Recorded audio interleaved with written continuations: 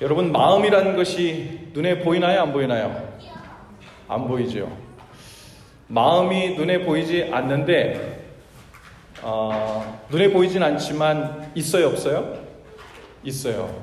그럼 이 마음이라는 것이 도대체 어디에 있을까요? 옛날에 어떤 사람들은요, 마음을 깊게 쓰고 마음이 아프면 막 심장이 떨리고 아픈 마음이 생기기 때문에 마음이라는 것이 심장에 있나? 이렇게 생각했던 사람들이 있어요. 또 어떤 사람들은 특히 히브리 사람들은 그렇게 생각했는데 이 마음과 정신이 이 뱃속 창자에 깃들어져 있다고 생각했어요. 그래서 막 애 끓는다 그러고 애 탄다 할 때 이 애가 창자라는 말이에요. 그래서 어떤 사람들이 창자 안에 마음이 있다고 생각했어요. 근데 이제 과학이 발달하면서 요즘 세상을 사는 사람들은 이 마음과 생각이라는 것이 어디에서 이루어지고 있는 것이라고 알게 됐어요? 머리에서, brain, 뇌에서 일어나는 일임을 우리가 알게 됐습니다. 하지만 이 마음이라는 것은 물리적으로 우리가 오늘 예배 드리려고 시카고 예사람교회 예배당 안에 이렇게 앉아있다라고 말하는 것처럼 마음이라는 실체가 뇌의 어느 부분에 있다라고 이렇게 표현할 수는 없는 문제예요.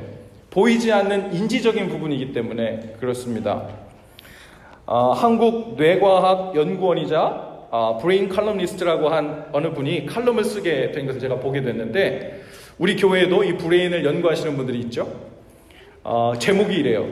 무료함을 느낄수록 우리의 뇌는 쇠퇴한다. 무료함을 느낄수록 우리의 뇌는 쇠퇴한다. 사람이 태어나면요, 우리 뇌 무게가 한 400g 정도 된대요. 태아의 뇌가 그렇게 됐다가 약 12살 정도가 되면은 3배에서 4배 정도의 무게로 증가한다고 해요. 그래서 우리의 뇌는 기본적으로 외부의 자극에 의해서 반응하면서 발달되는데, 태아 때부터 끊임없는 외부 자극을 받으면서 복잡한 신경회로를 만들어낸다고 합니다.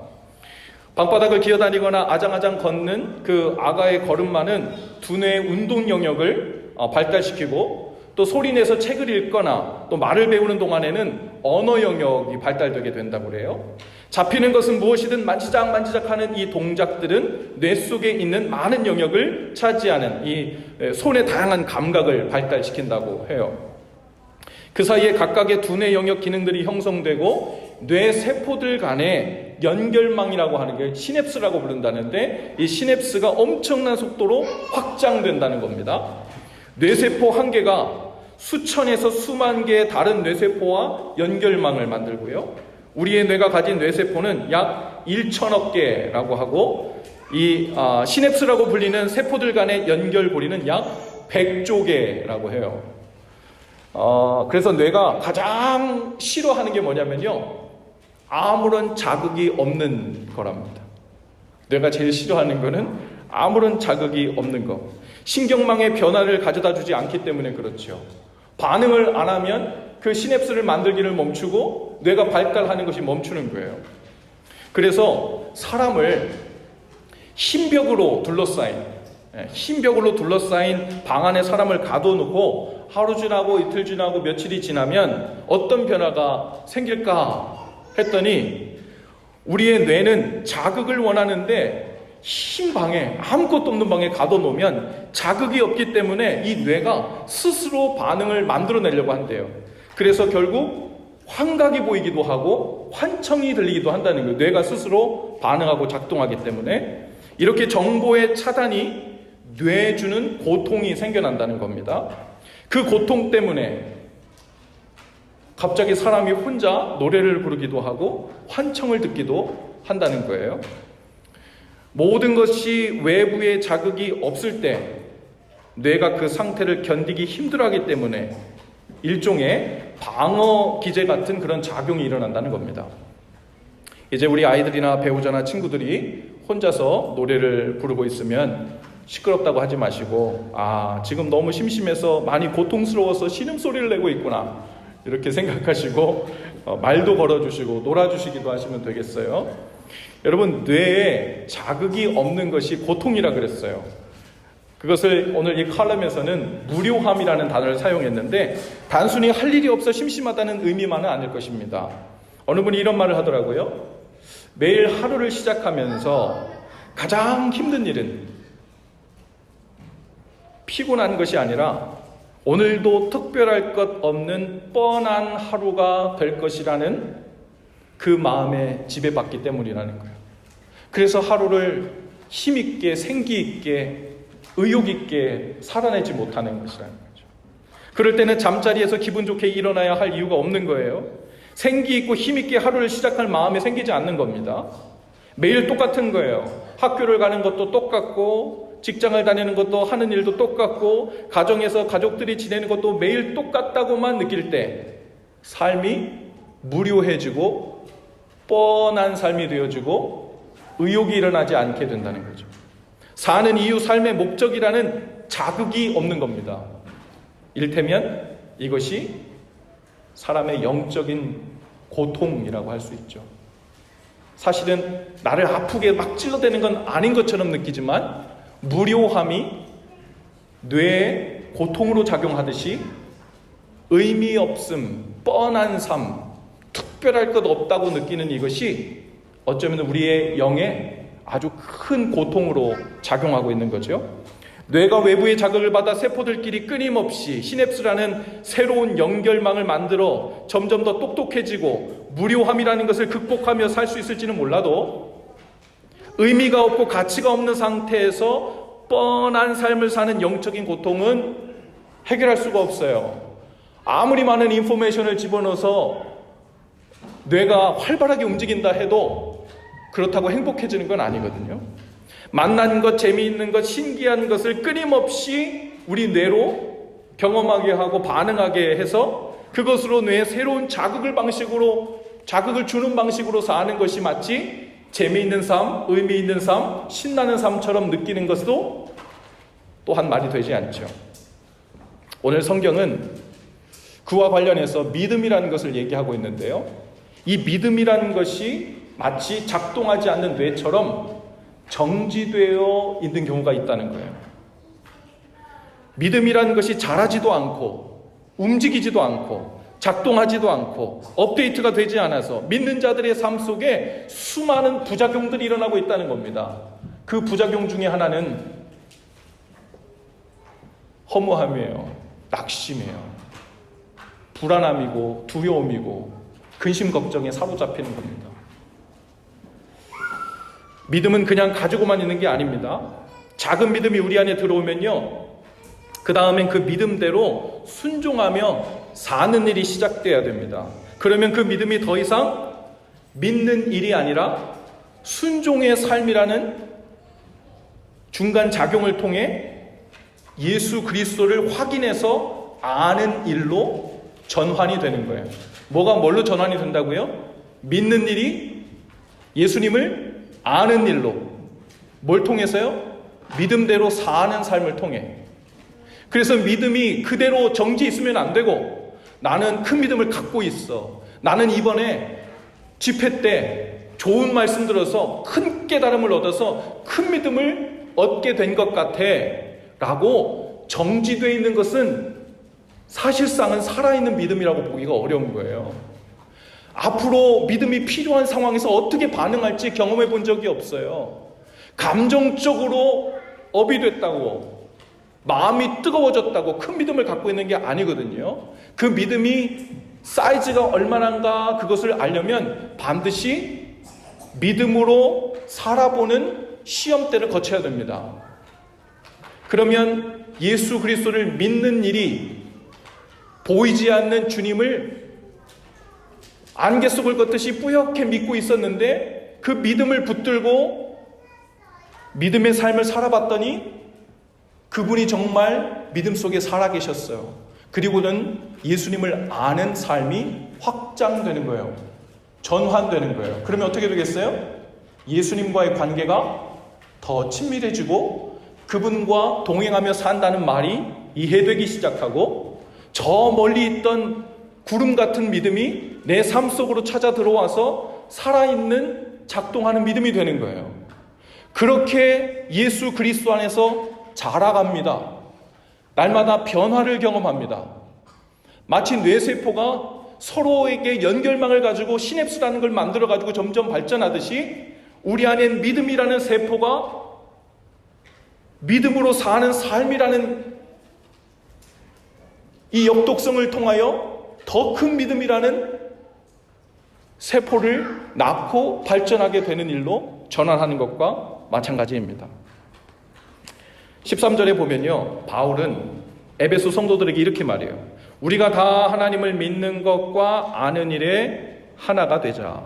믿는 대로 사는 것을 통해 아는 일로 전환시켜서 나중에는 믿는 것이 곧 아는 일로 끊임없이 전환되고 이어지는 삶이 되어야 한다는 거예요. 그래야 14절의 표현대로 어린아이처럼 살지 않게 된다는 겁니다. 어린아이처럼 사는 것이 나쁜 것이 아니죠. 예수님께서도 어린아이처럼 살아야 천국에 갈 수 있다고 하셨는데, 그런데 여기서 말하는 어린아이처럼 산다는 말은 단순히 어린아이의 삶을 얘기하는 것이 아니라 성숙하지 못하고 정지되어 있는 삶을 얘기하는 거예요. 그래서 속임수에 빠지고 간사한 유혹에 빠지고 온갖 잘못된 교훈에 밀려 요동하는, 흔들리는 삶이 믿는 자들 삶 가운데서도 끊임없이 나타난다는 거예요. 오늘 여러분의 삶 가운데 흔들림이 있어요? 요동함이 있어요? 난 예수님 믿는데 왜 내 삶 속에 끊임없이 이런 유혹이, 흔들림이, 혼란이 있나? 우리가 갖고 있다는 그 믿음이라는 것이 어떤 형태로 우리 안에 있는지, 순종하는 삶을 통해 믿음대로 사는 것을 통해 업데이트가 되고 확증이 되어서 예수 그리스도를 아는 지식으로 전환되고 있는 과정 중에 있는지 한번 돌아보실 수 있기를 바랍니다. 믿음은 그냥 잘 간직하고 있는 게 아니라고 했어요. 그러면 영적인 어린아이로 머물면서 스스로도 속고 영적인 혼란에 빠지는 신앙생활이 됩니다.